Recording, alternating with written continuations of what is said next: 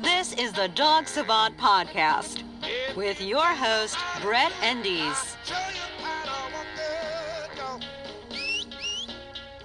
Hey everyone, this is Brett. This is the Dog Savant Podcast, episode 36, I think. As you can see, I'm in the car today. We're doing one of the CarCast episodes. Jordan is unavailable, so I am going to do this on my own. Hopefully we get some good content out there for you. Anyway, I've gotten the analytics and there's more people listening. Hip, hip, hooray. So thank you to all of you. Don't forget to share this with your friends. Share it on social media. Subscribe, rate, review. Let everyone know about this. This information has helped many dogs over many years of me being a professional dog trainer. And I feel that if applied, many of you are telling me that it has. It can help you guys and your dogs too, whether it be behavioral issues, whether you're trying to just get your puppy trained, deal with issues like potty training, having them listen better, trying to cover as many subjects related to dog training, dog behavior, the dog world, even starting to have some other guests on. Last week we had Bow Wow Bill on again, Bill Church, good dog trainer friend of mine, solid, balanced dog trainer. And just want to spread the message. You know, we want to just really give some insight to the dog world, but also give some technical advice that you can apply that's going to help your dog too. So don't forget, go on my website, dogtrainingla.com. You can go on all my social media at the Dog Savant. And on Patreon, if you want to support the show, help us keep this going, get some more equipment, get a better studio. It's patreon.com/the Dog Savant.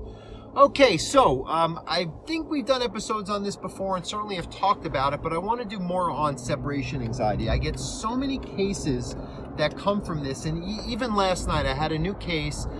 It's a pit bull, one of those real, you see these ones, I'm not a pit bull expert, even though I train. Half of my cases have that within them, or 100%.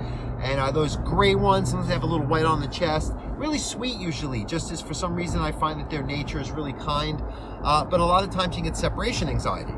And I see a lot of cases of separation anxiety, not just in pit bulls, any breed can have this, but some dogs do tend to have more. But I see even dogs that have short gray fur, deep chest, or white short fur with pink skin. It's just patterns I'm following. I'm not a scientist studying this in a real lab, but I just know what I see after many years doing it. But nonetheless, separation anxiety is separation anxiety. And even if your dog isn't one of those, I am sure that this will apply and help them as well. So, these people, of course, work with a behaviorist who had given them the advice to literally minute by minute try to separate from the dog. Now, their saving grace was that these two people work from home, and they ended up being now hostage at their home where they couldn't leave, or one would have to leave at a time to run errands, but that was it. First of all, time duration or missing the owner is not the basis of why dogs develop separation anxiety. Let me say it again. Time duration or separation from the owner as far as missing them in an emotional way, because I'm going to talk in a moment about what kind of separation is triggering this anxiety, but in an emotional based way where I miss my owner, I want you to be with me, like we miss our family or really, that's not even close to what drives it. So all of this conditioning, trying to create an attrition of the anxiety by slowly getting the dog acclimated to more time and giving them a treat as they accept it, you could do this for years and you're never going to resolve it long term because you're not addressing the root of it, where the dog, and hear me with this, dogs that are mostly agenda-minded when in the presence of their owners cannot be agenda-minded when they are gone, meaning their ducks of control are no longer in a row, and I'll explain specifically what that is. So now their anxiety spikes until they return because the owner's presence is too strongly clung to or assessed or kept track of or physically tracked to get their needs met, whether it be attention, food, movement, shelter, or just to wake up another day in one piece and everyone survive. This gives dogs the feeling of overprotection, over-assessment of what's next, what's going to happen. I always say the next shoe of life's going to fall, and that's what anxiety is even for humans. It's the over-anticipation of future events, and we feel that hanging on to that thinking is keeping our needs met, whether it be to keep our jobs, relationships, income, whatever it is. And if we learn to let it go a little bit, we find through breathing and meditation and mindfulness that we can still get the same needs met and by being present and actually have a much better ability to do it by letting the anxiety fall to the wayside. Now, dogs, unlike me included, humans, they have a pretty easier time at finding that set point because their needs are fully taken care of, and they're animals that don't have a complicated life, especially when they're living with humans. We make it complicated by creating this free will at times where they're too much caught up in transition. So they're following owners, they're getting too excited, they're thinking 10 steps ahead to get their needs met as far as knowing what's going to happen, and it does. Now, if I just hang on to this mental rubber band, I always say thinking at the finish line before the race starts, this is what drives them to just hang on to it. And some dogs are just really good at anticipating, scanning, and reacting to change or movement, which is what hunting is, right? So they're doing their hunting or herding everyday life with the humans, and then when the humans are gone, they cannot get their ducks in a row. That's why all of the information online or that you read or your behaviorist or your vet tells you is going to resolve the training is more dealing with the symptom or what to do when they're alone by putting them in a crate and medicating them, or CBDs, which, there's merit in some of these things. I'm not a huge fan of medication, but these are just complementary to the root cause of getting the dog in order, doing place training like I've done in many podcasts and video episodes. Know Your Place is an episode I did earlier in this podcast.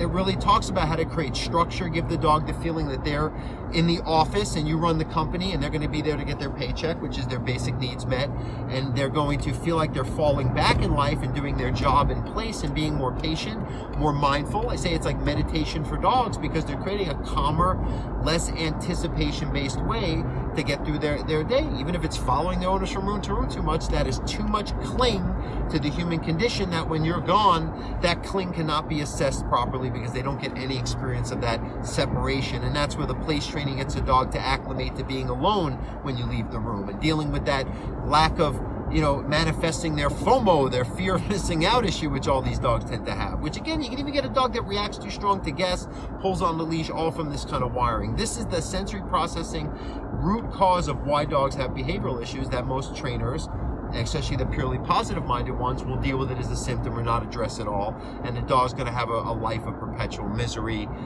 Even if nothing's going on, they're waiting for the next thing to happen that's going to create this insecurity.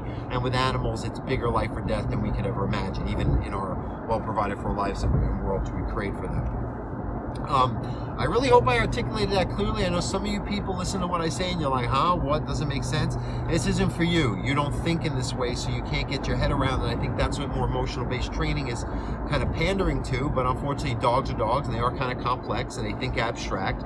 They don't think like humans. And we have to accommodate that and communicate the right intent when we're trying to get our needs met, and of course make our dogs happier beings in our presence, right? So that's really why. So place training, I don't think we have to turn this into a place training podcast, but the whole idea of a dog feeling more order, more focus, more mindfulness, thinking about one thing at a time instead of 10, or anticipating the next thing that they have to deal with, is the antidote for why dogs get anxiety. Now, when they are alone, I want to talk more about specifics because there is some things you do have to do when they're alone. A crate is a very good solution. Reason why is when a dog has too much open space, they start spiraling and scanning and looking for a seether for the anxiety. A lot of dogs, when they're in a crate, they just kind of say, all right, I got no choice. That's why a lot of dogs are calmer in the crate. I tell people we're trying to make your house one giant crate by starting with place to create that kennel crate effect of calm acceptance and building it out so that their house is that and your presence is that. So you start acclimating a dog to a crate if they haven't been introduced as a puppy. So you want to start feeding them in a crate, having them in it for shorter periods of time, an hour or two. I don't like this minute by minute. Push an hour or 2 hours. They're not going to die. They're hardy. They're not getting traumatized unless your dog is having something bad happen to them in a crate. Accepting that they're not going to be able to move until you move them, because that independence is what's causing their anxiety. They'll have some tantrums and they'll learn to deal with it. And that's why I like a more closed type of crate.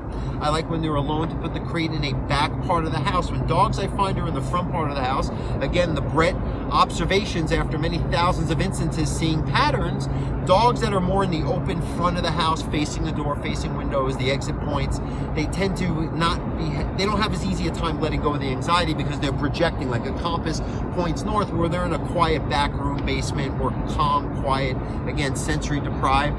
It's easier for them to let it go. As a logistic thing, and then once they start letting it go more through the crate, having less options, they will learn to accept more space without having to scan and assess how to see their anxiety, because you're dealing with it more in real time in the relationship. Also feeding them in the crate, having them sleep in it at night so they can learn to do some more hard time for 6 hours in it. As far as what you put in it, you want to make sure that, if it's a bed, make sure that they're not shredding it up. If they do, you might have to use a plastic crate for a bit. They're fine. Okay, it's not forever. You put a bone or two or a toy or something to chew on is fine, but usually when dogs have anxiety, they're only going to be able to do that when they're calm anyway. Try with these cameras. You can watch it to take a read on your dog, but I know these Verberos or Verbies, whatever they'll go, it's so stupid that dogs are going to freak out more when you're trying to talk to them. I've made that mistake where I'll put a FaceTime camera on a dog and we walk out around the neighborhood just so I can get a read on the anxiety levels, and I start talking. I'm like, ah, shit, I forgot to hit mute. The dog's hearing me and it's not letting him chill because he thinks I'm nearby. He hears the voice. So you don't want to talk to your dog and soothe them. Really giving attention when the dog's doing the negative behavior, unless you're correcting it or timing a reward when they're not doing it, which is some positive stuff, I'll admit. It's really just going to give them attention for the wrong behavior. You're trying to address them, the root cause, so they don't do it in the first place and learn their own self-soothing techniques. So again, you can use cameras, but just to maybe gauge or let your trainer know what the dog's doing. It's really more of them learning that, they're going to have to deal with it as long as they're physically safe. That's all I care about, is that or your neighbors hearing some barking if you live in an apartment or something, and they'll learn it's temporary. But a crate is usually, for most dogs, some dogs are a little exception to the rule, but most dogs do better when in a smaller confined space, properly introduced and acclimated to, as an option for when they're alone or even sometimes around the house, even when you can't do place training. So to have them stay in their crate, to have some downtime. Not giving or getting immediate feedback from the environment 24/7, because that leads to these anxieties. So that's more of like physical logistics. Leaving your dog in a yard, leaving them in and out with doggy doors, not going to help. It just zips them up. I don't even like dogs in yards. Very unsafe, especially here in LA where there's coyotes and all other wildlife and kind of wacky people who might steal your dog and do horrible things. Like my dog's safe in the house, secure. Okay, so then we get into these other things. I call them supplements, and a supplement to me could mean medication, fluoxetine, Xanax, anti-anxiety, Ativan, whatever they give the dogs. Usually not Ativan, but you'd be amazed at what some vets will, conjure up as a way to resolve this, which never affords growth. A lot of dogs on psychopharmaceuticals like fluoxetine, doggy Prozac tend to be a little more off. They're not able to process what we're teaching them, and taking them off, weaning them off of it tends to get a better response in most instances. CBDs have had some success with it. I find the dog version are sometimes not really as concentrated as the humans. You just want to do a weight, take a weight, make sure you're giving your dog a proper dose if it's the human, but they usually be more potent, more concentrated, better quality and whatnot. There's different kinds. I hear a kind, Jeff's Best and Lazarus are two good ones that a lot of people recommend, that I'm reading about with people that are more in that world. And I don't just, I wish I could be a CBD salesman. Here's your bottle, give me money, nice to meet you. No, it's a process. This complements the training process at best. Anything like calming pills, I call them, whether it be, homeopathic remedies. They have things that have St. John's wort, kava, valerian, tryptophan. There's all these different combos. You can look on Amazon at people's own personal experience to see if it's worked for them. Some merit in that too. Thunder shirts, it creates sensory organization. That's really what training should do, is create that focus. But sure, if it keeps your dog calmer while you're keeping them separate, just as a way to work through it, fine, but don't think you're going to wrap them up with a coat and it's all fixed. These things are marketed for that, and it's not quite how it works. Rescue remedy, comfort zone, all those sprays and plugins, you can complement it, but it never replaces the relational element, the order, the structure, the dog not having to be so agenda minded and on the case to get their needs met when coexisting with their owners, and the way the owners can show, I can keep track of myself when I am gone, so you don't have to. Like the owner is turning off the lights of the company and saying, okay, employee, clock out for a little bit and I'll tell you when the next clock in time is. That's what your dog has to feel to relieve the anxiety, and everything else is just selling them on that. And it's going to take some time. Separation anxiety can take months to resolve, but there should be a higher expectation right from the start. But I think a lot of training just doesn't want to put it on the owner, and that's what I specialize in, because when you put it on the owner, most people appreciate that you're honest with them. Most people see the merit in what you're asking them to do against their grain, time, emotional effort, what their personal opinion is, right?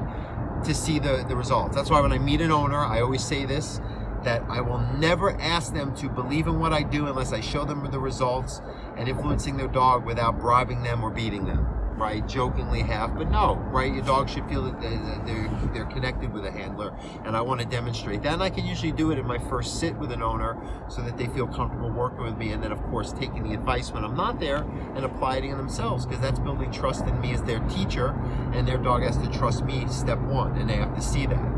And that's what you're doing. That's why so many people misinterpret what leadership is. I wish we had more leaders in the world. I love leaders. I love people who can coach me and know elements of life that I don't understand as well and want to learn better for my own benefit or benefit of others around me. Why is that wrong? Why do we see that as such a bad thing instead of the blind leading the blind now that everyone does so much?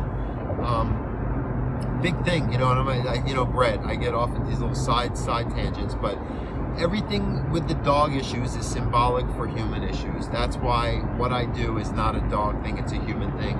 Dogs just happen to be, if anything, an easier one to communicate, easier into the leash. It's just the owners come attached, so I have to train and educate them too.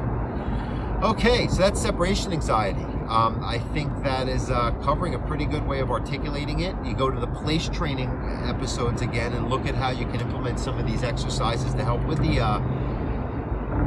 anxiety just in an everyday front. Okay, so let's see. Oh, just some news I figured I'd talk about here on the back end. Got my book started. I got my man Nathan, he reached out to me. I think he's going to do it. I think after all these years, you heard in these last podcasts, I'm trying to do the book. I got someone who's now going to help me make this happen based on this outline I've been pumping out. We're going to do this. I'm really, really, really excited. Stay tuned. We're going to have a book, guys. The next 6 to 12 months is going to be something for you. Any of you people who are listening at this point, hey, let it be said. If you are reviewing and subscribing and I see you on this podcast at the beginning stages before, you know me, we're going to blow this up. We're going to help every dog in the world. But until then, I am going to remember you. You're all going to get a free copy of this book. So stay tuned for that. Also going to have a new revamped website. We're going to do some online training programs. So all you people who listen to this, I can start helping you virtually. For any of you though, I do offer Skype training. So if you go on my website, dogtrainingla.com, and you scroll down on the dog training section, there'll be phone and Skype training. I do this often with people who don't live in the Los Angeles area where my local clients are. I'm able to meet with you remotely. You can send video ahead of time. We do some pre-consultation, and then we do a session one-on-one together over the internet. It's pretty neat what technology can do. I did someone and they were, I think they were in Portland a couple weeks ago. It was really cool. Like, I'll never see them in person unless they come to one of my seminars I'll do, and that's another thing I'm going to do in the future is the seminars, workshops, all based on once this book comes out. But it's, if I'm able to help you in any way I can, even the free information, get out there, use the free content, share with anyone else you think might benefit from it for their dogs. All right, guys, thanks again. This has been my CarCast. Hope you enjoy. Sorry for all the background noise and interruptions, but get out there with your dog, do the right thing, train your dog. Thanks, everyone. Have a good day.